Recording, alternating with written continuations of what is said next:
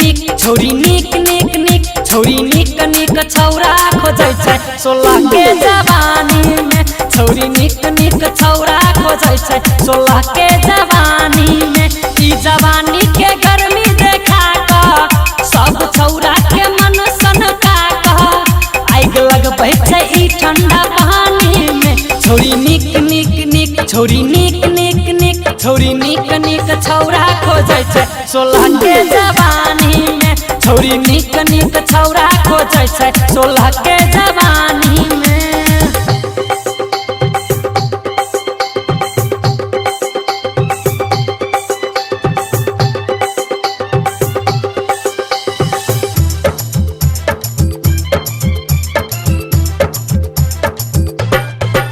छोरी नया नया फैशन के कपड़ा लगबै छै हो कपड़ा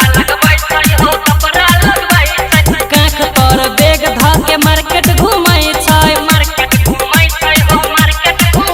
छोरी नया नया फैशन के कपड़ा लगबै छै काख पर बैग ध के मार्केट घुमै छै कान में बाली ओठ में लाली लगबै छै छौरा सबके कनखी मार फंसबै छै छौरा सबके कनखी मार फंसबै छोरी निक निक निक छोरी निक निक निक छोरी निक निक छौरा खोजै छै 16 के जवानी में छोरी निक निक छौरा खोजै छै 16 के जवानी में म्यूजिक बाय धर्मेंद्र शर्मा।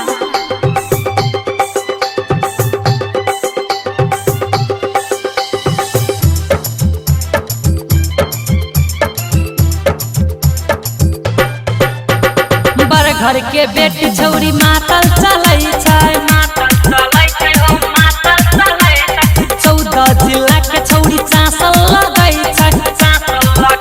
हो चासल लगै छै बड़ घर के बेटी छौरी मातल चलै छै 14 जिला के छौरी चासल लगै छै गायक आर्यन ई छोरा एलै सुरेश मधेसी मजा लुट गेलै सुरेश मधेसी मजा लुट गेलै छोरी निक निक निक छोरी निक निक निक छोरी निक निक छौरा खोजै छै 16 के जवानी में छोरी निक निक छौरा खोजै छै 16 के जवानी में।